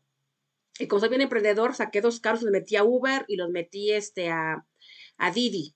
Y aparte, pues yo tengo un negocio de mochilas y tengo un tianguis los sábados. O sea, ¿qué pasa? Sin problema, tú lo puedes hacer, nada más darlo de alta en el régimen que corresponde. No hay ningún problema, ¿no? Porque mucha gente se espanta, no, yo no voy a trabajar. A ver, lo fiscal existe para que tú pagues impuestos, más no para que dejes de trabajar. Aquí nada más lo que tú debes de saber es cómo vas a llevarlo y el cálculo en cada uno de ellos, los que se pueden combinar, los que no se pueden combinar o que puedes hacer, ¿no? Bueno, entonces, en conclusión, las personas o los regímenes fiscales, personas físicas, que sí se pueden cambiar a reciclo, solamente son la actividad empresarial, que va con la profesional, y el arrendamiento, que es el uso o goce temporal de bienes. Obviamente, en su conjunto, no deben exceder de 3.5 millones de pesos anuales. Oye, pero ¿cómo? Sí. Si tú, por ejemplo, rentas una casa y al mes, perdón, y al año tú ahí tienes 2 millones. Luego vendes mochilas, ahí tienes otros 2 millones, ya van 4 millones, pues ya te pasaste, ¿no? Porque pues tienes que sumar los 3. Si tienes los 3, suma los 3. Y entre los 3 no debe de pasar los 3.5 millones de pesos anual. ¿Sale? Ya habíamos comentado que los que no pueden ser reciclos, pues son los socios o accionistas extranjeros que no en el país y los asimilados a salarios no pueden ser reciclos. Esos son los 3 que comentábamos que sí pueden cambiarse, pero en términos de opción, o sea, es opcional que ellos se cambien, opcional. Y pues obviamente a la hora de convivir, pues sí puede convivir el reciclo con salario de intereses. O sea, yo puedo ser asalariado y ser reciclo. Es decir, yo puedo trabajar bajo una nómina y aparte rentar mi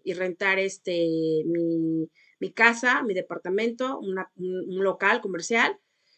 Y aparte puedo tener un negocio de mochilas, puedo tener un negocio de venta de ropa, sin problema, puedo tener un restaurante como reciclo. Sí, está bien, puedes convivir sin problema. Nada más ahí tienes que cuidarte de los topes, ¿no?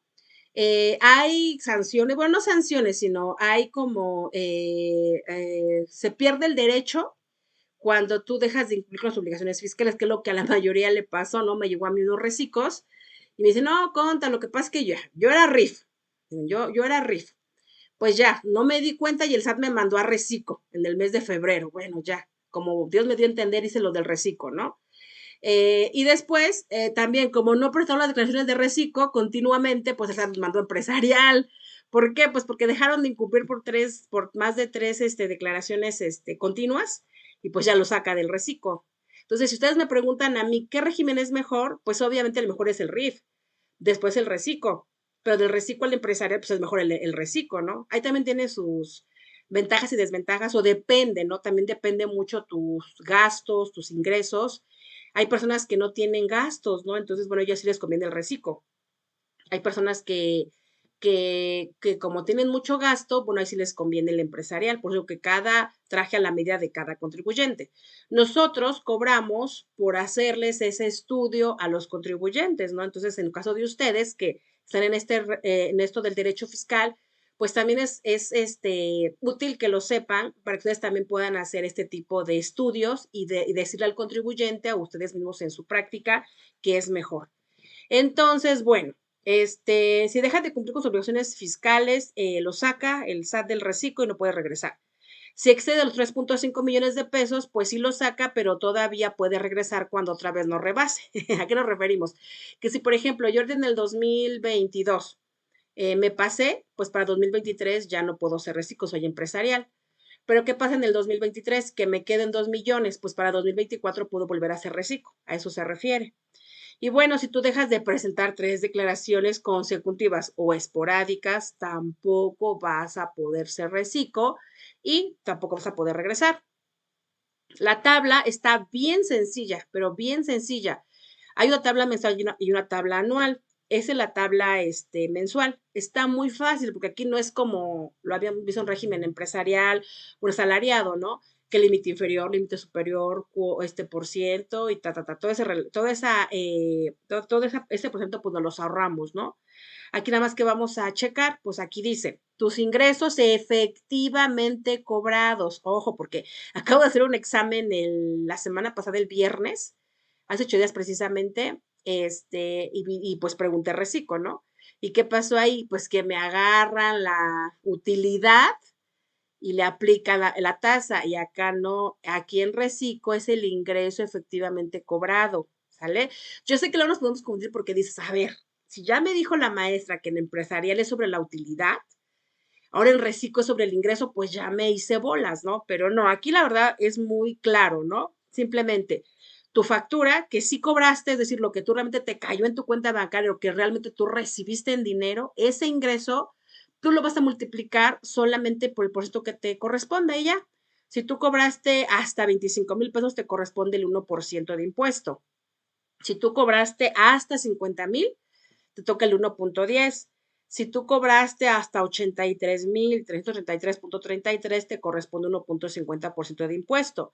Si tú cobraste hasta 208,333.33, tu impuesto es de 2%. Y si tú, pues, llegaste hasta 3,5 millones, pues tu impuesto es de 2.50%. Si se dan cuenta, pues obviamente hay bastante diferencia contra el régimen empresarial, porque en el empresarial empieza la tasa del 1.6 hasta el 35%. El reciclo va del 1 al 2.5%, o sea, es nada, nada, o sea, de ISR es nada. Entonces, por ejemplo, aquí en el que acabamos de ver que es el empresarial, lo que aquí tenemos la tabla, vean. Aquí, obviamente, copié el procedimiento, pero vean, aquí tan solo las tasas, vean las voy a poner como más remarcadas. Vean, va del 1.92 al 35% en el empresarial y obviamente también el de asalariado. En cambio, en el reciclo va del 1 al 2.5, o sea, apenas si llega entre estos dos está, ¿no? Apenas si llega ahí. Por supuesto que desde ahí nos damos cuenta que es mejor el reciclo, por supuesto, vean aquí.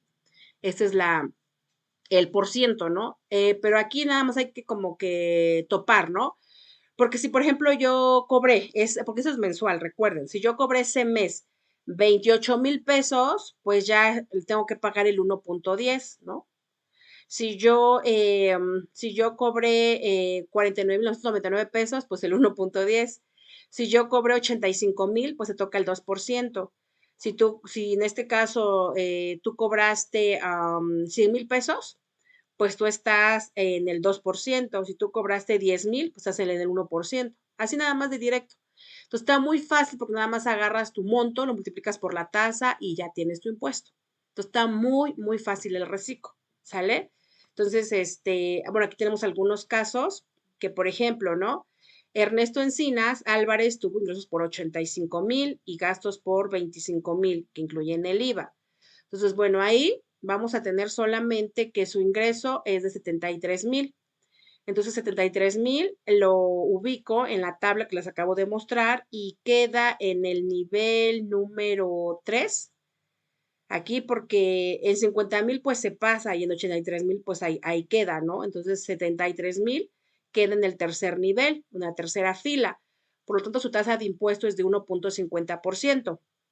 Cuando yo multiplico 73,75.86 por el 1.50%, me da un ISR a pagar de 1,099.14 pesos. Entonces, su impuesto de ISR es de 1,099.14. La verdad que está muy, muy sencillito. Obviamente el IVA, pues el IVA es como ya lo hemos sacado, ¿no? El IVA de 73,000 son 11,000, de gastos son 3,000, subes de 8,000. Eso ustedes se dan cuenta que lo que está aquí en color rosa, que es el IVA, eso pues no cambió. Eso, por eso les decía que en reciclo, en empresarial va a ser lo mismo. Ahora, aquí hacemos un comparativo del reciclo con el empresarial, que es el ingreso gravable, el límite inferior, el excedente por el porciento, que es la tasa, que es igual al impuesto marginal más la cuota fija de un impuesto por pagar. Entonces, vean la diferencia, que va de pagar 1,099 pesos de ISR a pagar 10,736,70. Pues por supuesto que en este caso me súper conviene el reciclo, pero no es como una regla que siempre te va a convenir el reciclo. Es depende del contribuyente y depende de sus gastos, ¿no? ¿Por qué? Porque ustedes se fijan acá, una desventaja que tiene Reciclo, y medio de todas las ventajas que tiene, es que no toma en cuenta gastos. O sea, ustedes se dan cuenta aquí nada más yo voy a grabar sobre el ingreso, no sobre la utilidad. Entonces, aunque yo tenga muchos gastos, no me van a servir. Por eso es que les comentaba hace un momento de las famosas factureras, ¿no? De que todo el mundo quería meter gastos en el empresarial porque quería bajarle al impuesto, porque como la base era la utilidad, pues todo el mundo, pues compro gastos para que tenga yo pérdida y no pague yo impuesto. Y mejor prefiero pagarle al facturero que pagarle al SAT, ¿no? Y aparte lo del SAT no se compara con la comisión que yo le voy a pagar al facturero, porque a lo mejor el facturero nada más me va a cobrar el 10% de comisión y se acabó, ¿no? Entonces, por eso dijo el SAT, voy a implementar una nueva estrategia en la cual ya no haya la compra de facturas falsas, porque ya no lo puedo controlar a lo mejor. Pues que era una estrategia que crea el reciclo en persona física. Y que dice, bueno, pues ya no compres facturas porque ya para qué las quieres, y al menos en ISR, pues no las vas a ocupar ya porque aquí además vas a grabar sobre tu ingreso, no sobre tu utilidad, que ahí incluyes el gasto, ¿no? O metes el gasto. Entonces, por eso dijeron, no, pues ya se me acabó el negocio para los factureros. Pues en persona física se te acabó, reciclo. Puede ser todavía a lo mejor ellos negocio con las morales y con los regímenes empresariales porque ellos siguen vigentes, ¿no? Pero al menos en reciclo, pues ya no tienes por qué meter gastos, pues porque, a nivel fiscal me refiero, ¿eh? Porque a nivel contable tienes que seguir llevando tus gastos, ¿eh? Y aparte para el IVA, pues también tienes que seguir llevando tus gastos. Entonces, muchas opiniones cuando inició en el 2022 el reciclo fueron estas, ¿no?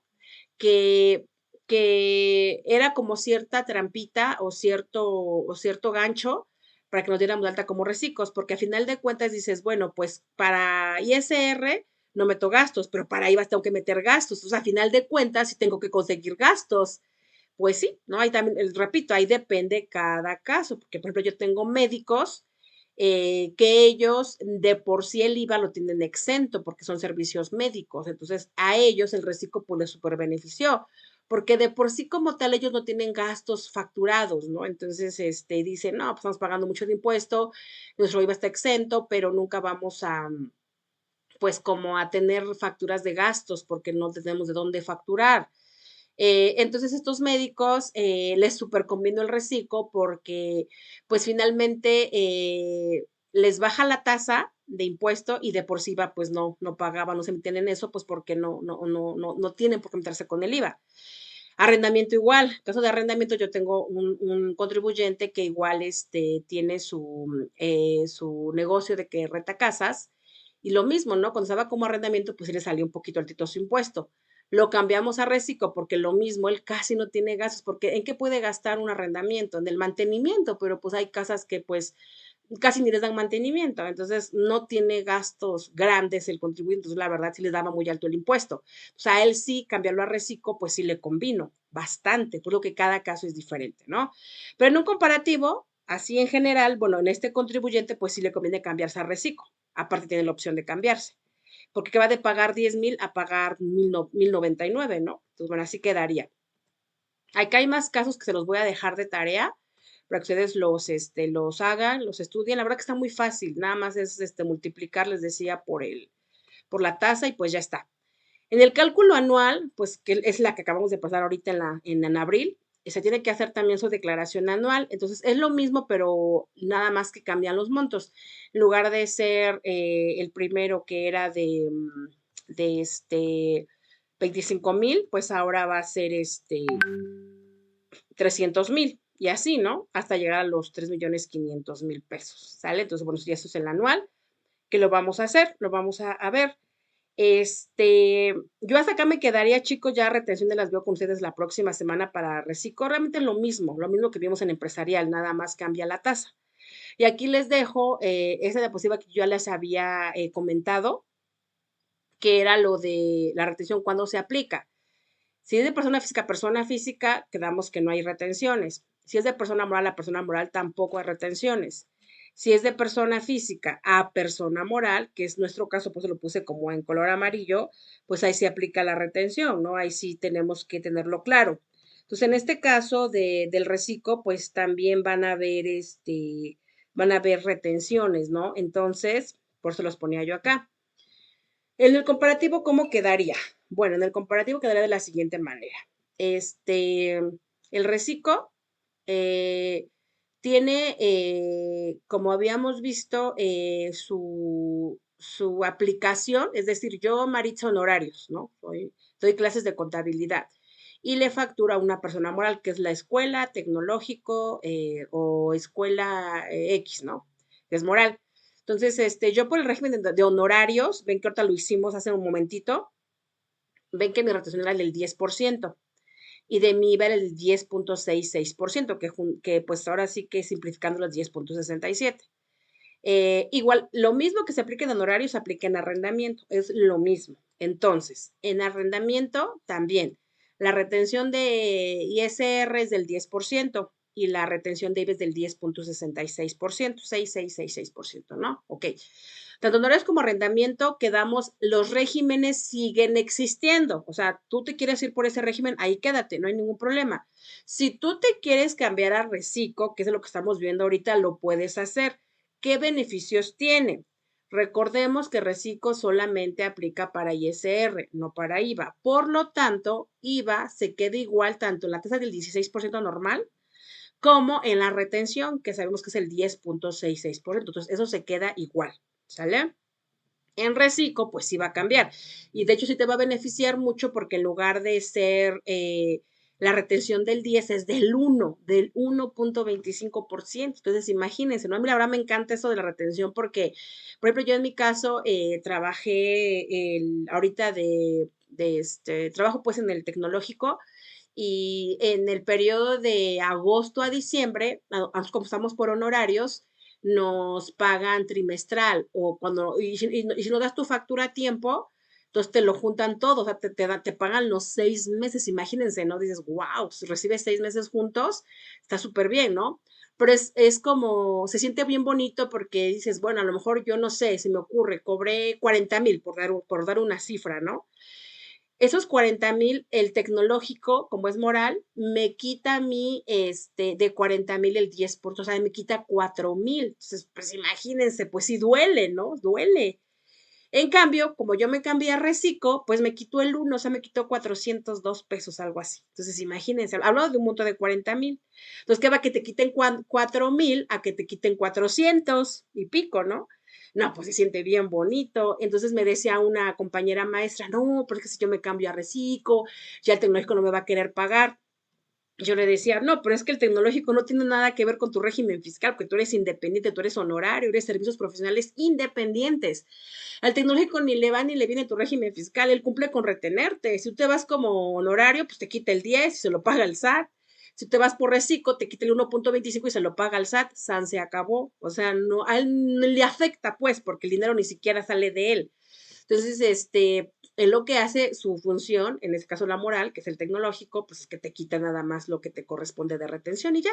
Entonces, la verdad está muy, muy, muy bien la tasa del 1.25. Actualmente estamos haciendo estudios qué tan benéfico ha sido este reciclo que entró en el 2022 y cuando estamos ya medio año del 2023, si realmente se ha recaudado lo que se había pretendido o qué beneficios ha traído, ¿no? De hecho, estamos haciendo una tesis con una compañera de la universidad que se va a graduar de contaduría respecto al reciclo, ¿no? Entonces, pues es checar estas estadísticas hasta qué punto sí benefició, porque si lo vemos, por ejemplo, en mi caso a nivel personal, pues a mí sí me benefició porque mi impuesto es menos, ¿no? Pero hay que ver a nivel, recuerden que, o lo que ustedes expusieron la semana pasada, es que la función del gobierno es recaudar para regresar, entonces entre más recaudo, pues es mejor. Entonces, ¿hasta qué punto esa estrategia sí le está funcionando porque le bajó del 10 al 1.25, ¿no? Para efectos de retenciones. Y para efectos de ISR como tal, pues sin lugar a dudas, ¿no?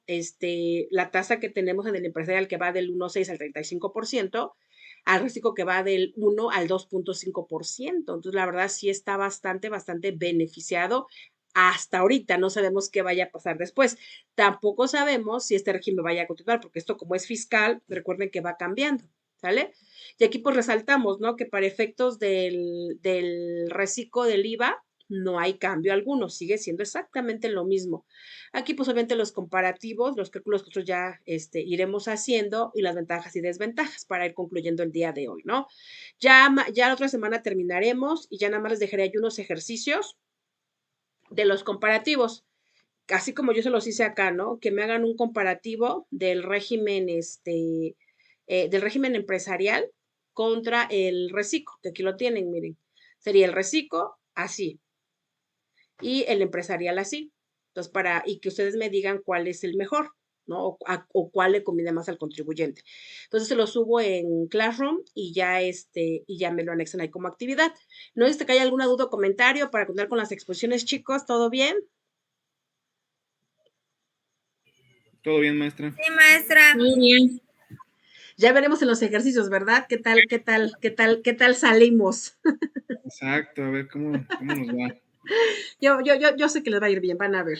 Pues ahora sí, continuamos con las exposiciones de Adelaida y Francisco para concluir con el día de hoy. Adelante, si quieres empezar, Adelaida, Ok. tu cámara. Ahorita leo. Gracias.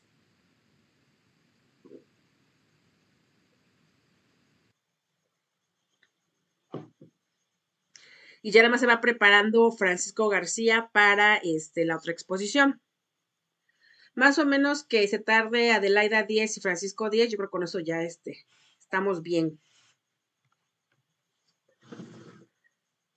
Ok, ya lo vemos, Adelaida. Confirmamos que ya vemos tu pantalla.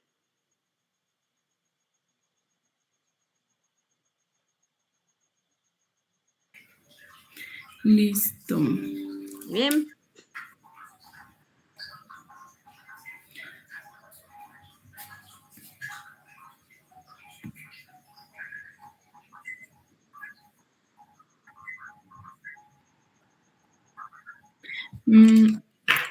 Bueno, pues mi nombre es Adelaida y les voy a hacer una presentación. Gracias. A mí me tocaron los elementos constitucionales de los impuestos. Los elementos constitucionales de los impuestos los encontramos dentro del artículo 31, fracción cuarta de nuestra Constitución. El artículo 31 nos dice, son obligación de los mexicanos contribuir para los gastos públicos, así de la federación o del estado y municipio que residan, de la manera proporcional y equitativa que dispongan las leyes. Dato curioso, respecto a la definición de contribución.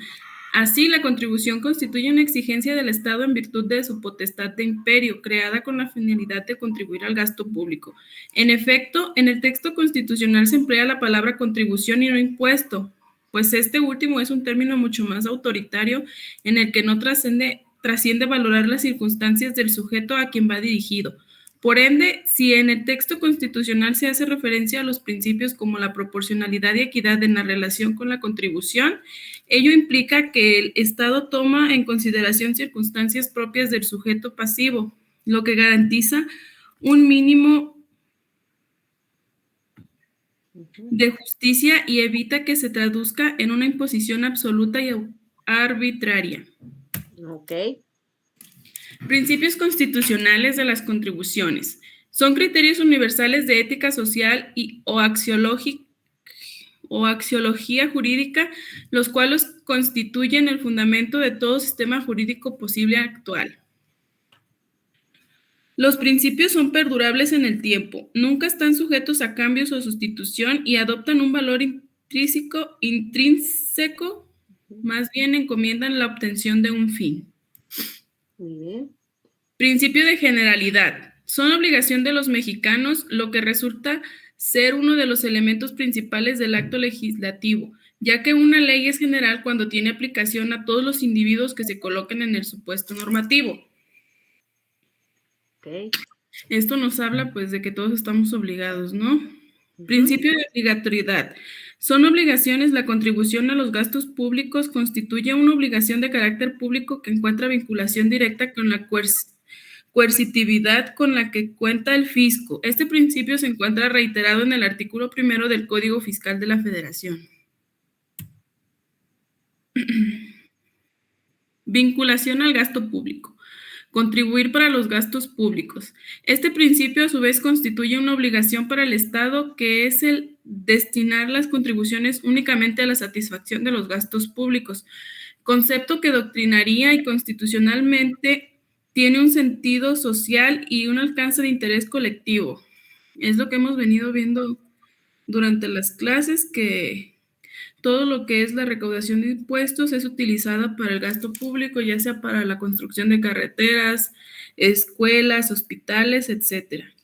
Muy bien.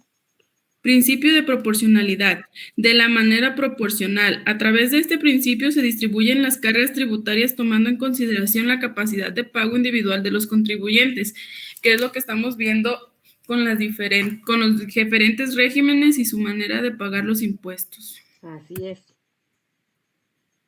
Principio de legalidad o reserva de la ley, que dispongan las leyes. Conforme a la división de poderes, el acto legislativo es en facultad del Congreso de la Unión, razón por la cual él y solo él podrá emitir leyes en sentido formal y material.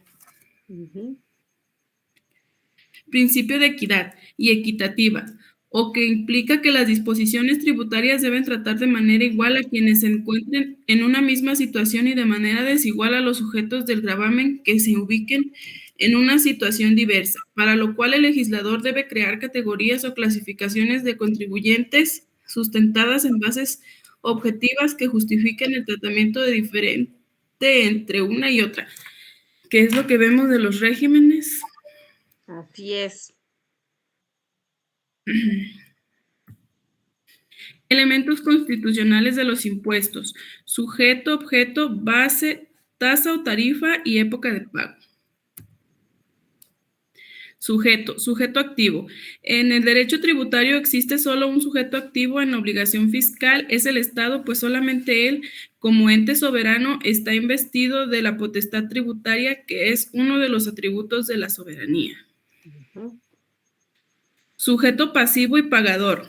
El pasivo es la persona física o moral que por disposición de ley tiene la realización del hecho imponible la obligación de pagar una carga tributaria. El pagador es aquel que en realidad paga el gravamen porque será su economía la que resulte afectada. En este caso, como para diferenciarlo, es como por ejemplo, el pasivo sería el empleador y el pagador sería el empleado. Ujú. Así es. Objeto. El objeto del impuesto es el hecho o las circunstancias de hecho cuya realización o existencia dan nacimiento a la obligación tributaria, en este caso a favor de la Hacienda Pública Federal. En este caso sería pues nuestro ingreso. Ujú. En el caso del IVA, pues el consumo, el producto que compramos. Base es la magnitud o valor al que se arriba por medio del procedimiento determinado para cada tributo por ley y al que al implicarse la tasa, alicuota o porcentaje establecido, también en la ley da como resultado el monto del tributo a pagar. Aquí hablamos pues del ingreso, ya depende de nuestro régimen, es si le vamos a quitar, va a haber deducciones o no. En el caso del ICR y en el caso del IVA, pues sería así. Pues igual si tenemos deducciones o no. Ajá. Y de ahí va nuestro porcentaje a pagar. Así es, que es lo que yo les comentaba, que para asalariados la base es su ingreso grabado Eso y para total. régimen empresarial es sobre la utilidad, ¿no? Entonces esa es la base, entonces sí cambian las bases. Muy bien, continuamos. Tasa o tarifa.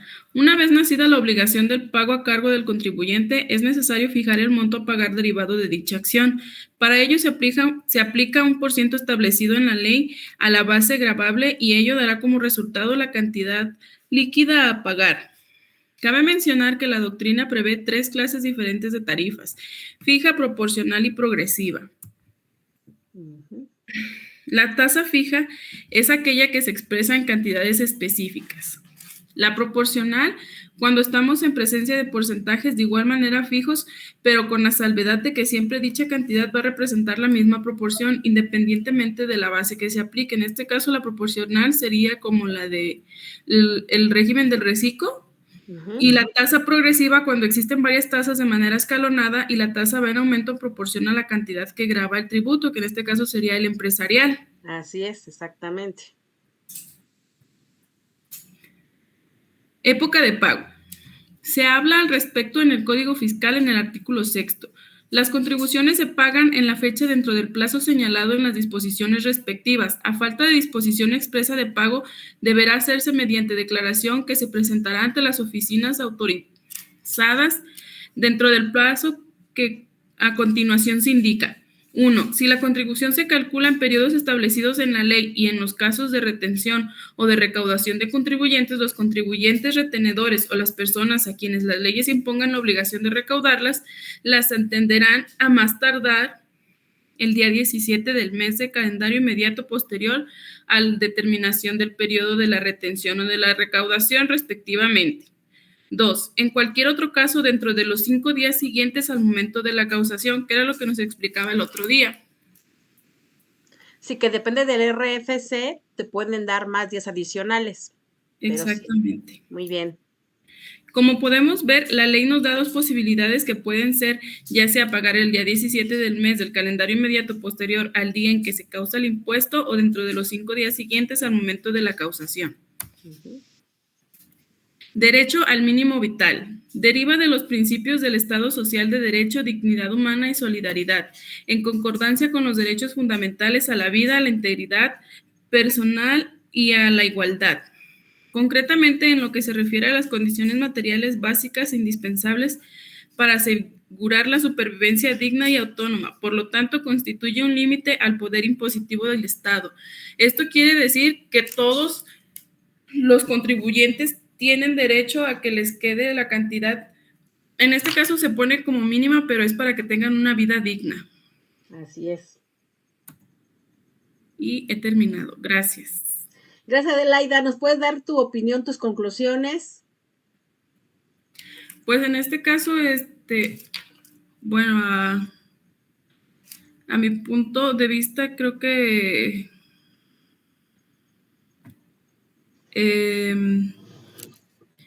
a mí se me hizo muy interesante realizar la presentación porque vi temas que a lo mejor yo ya conocía o ya había visto, pero comprendí el porqué de todos ellos y me di cuenta que la ley nos ampara en todo momento y es la que nos dice cómo regirnos fiscalmente, porque de ahí parte todo lo que nosotros hacemos con los principios, los elementos.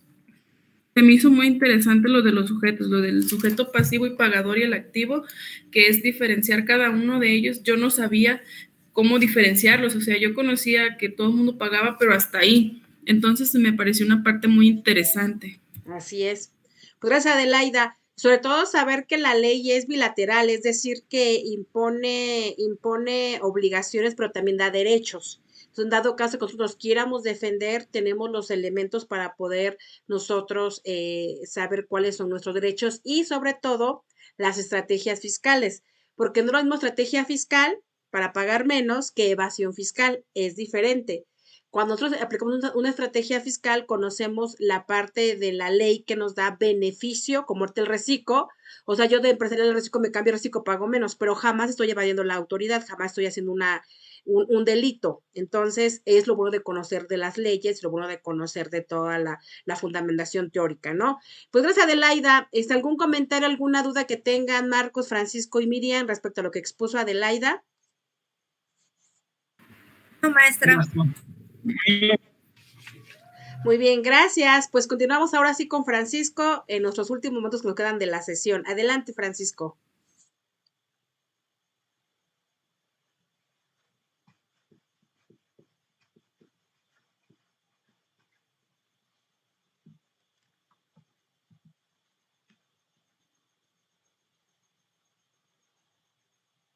¿Sí se ve, maestra, o no? Sí, ya está como trabajando. Está como dando ¿Ya vueltitas. quedó? Pues mira, ya quedó. Ahora sí, adelante. ¿Ya? Ya.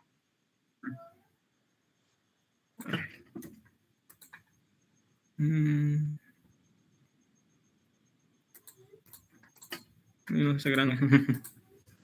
Sí se ve, nada más ahora sí que trata de hacerlo lo más grande que puedas y ya con eso. Ay, es que no lo agarro acá. Pantalla completa. Ok.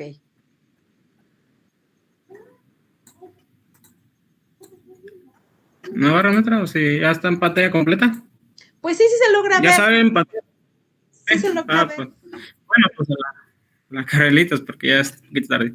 Sí. Ingresos extraordinarios, me tocó a mí. Muy bien. El ingreso extraordinario dentro de los tipos existentes en el ámbito de la contabilidad responde a aquellas ganancias que obtiene una familia o empresa de forma eventual. En ese sentido, el matiz de extraordinario hace referencia a la frecuencia con la cual tiene lugar en el funcionamiento económico y contable. Esto sería como son las entradas de dinero que percibe una empresa o una persona. Ganancias o pérdidas también. Ok. Un ejemplo muy común serían la obtención de ayudas o subvenciones por parte de organismos públicos por motivos de estudio o la creación de empresas o causas sociales. Se clasifican en 4 de un ingreso extraordinario sin periodicidad. Habitualmente estos ingresos son recogidos de manera excepcional e independiente. No responde a calendario de pago y programas presentables. Esto viene siendo como de loterías o sorteos. Naturaleza variable. El origen de estos ingresos abarca desde premios procedentes de sorteos, lotería, hasta regalías, herencias por fallecimientos. Sería casi lo mismo. Claro. Características de un ingreso extraordinario. Ajenos a la actividad habitual. Se establece que estos ingresos no se producen con frecuencia y por ello no forman parte de la actividad económica de la persona fiscal o jurídica. Difícil previsión. Si bien un gasto extraordinario no puede preverse con seguridad debido a su periodicidad, a menudo puede esperarse. Esto sucede en casos de ayudas públicas o búsqueda de actividad de venta de un piso o un automóvil. Ingreso extraordinario en contabilidad. Este concepto contable está recogido en la totalidad de ordenamientos y planes de contabilidad del planeta. Siguiendo la metodología, este tipo de ingreso con carácter no rutinario se contabilizan o apuntan en las siguientes cuentas contables. Beneficios procedentes de inmovilizado material, beneficios procedentes de inmovilizado inmaterial, ingresos extraordinarios. Bien. Control jurídico de la actividad financiera del Estado. Okay.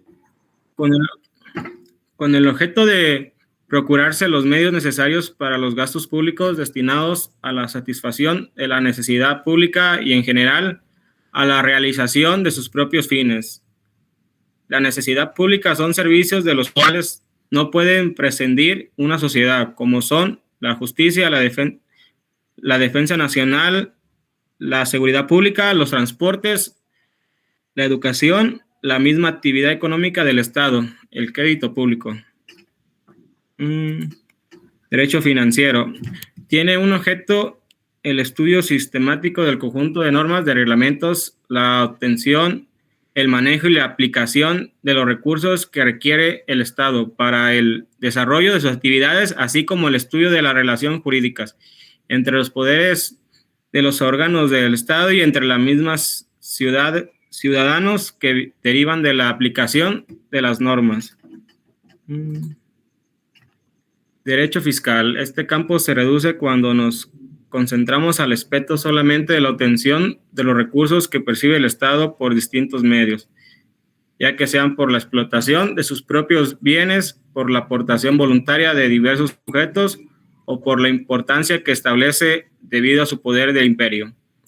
Por ello, cuando enfocamos esta materia exclusivamente hacia la obtención de recursos, estamos frente a la llamada derecho fiscal, el cual compromete las normas que regulan la actuación del Estado para la obtención de recursos y las relaciones que genera esta actividad. Derecho tributario, la doctrina acerca de las finanzas públicas. Se ha concentrado en el estudio de la regulación de la actividad del Estado, tendiendo a la obtención de recursos fundada en su poder de imperio, a través de la cual se impone a los particulares la obligación de contribuir a las cargas públicas, con los que se ha estructurado una disciplina denominada derecho tributario. Una vez sentadas las bases del derecho tributario, se desarrollan teorías de gran importancia y su estudio ha adquirido una dimensión de magnitud considerables. El grado de poder afirmar sin temor a equivocación que dentro de la materia jurídica de las finanzas públicas. Y pues para acabar casi a las 8. Gracias. Okay. Por ahora, porque ya está. Pues bastante puntual, ¿verdad? Acabamos exactamente. Pues muchas gracias. Muchas gracias, compañero Francisco. La otra semana pues ya comentamos respecto a tus diapositivas.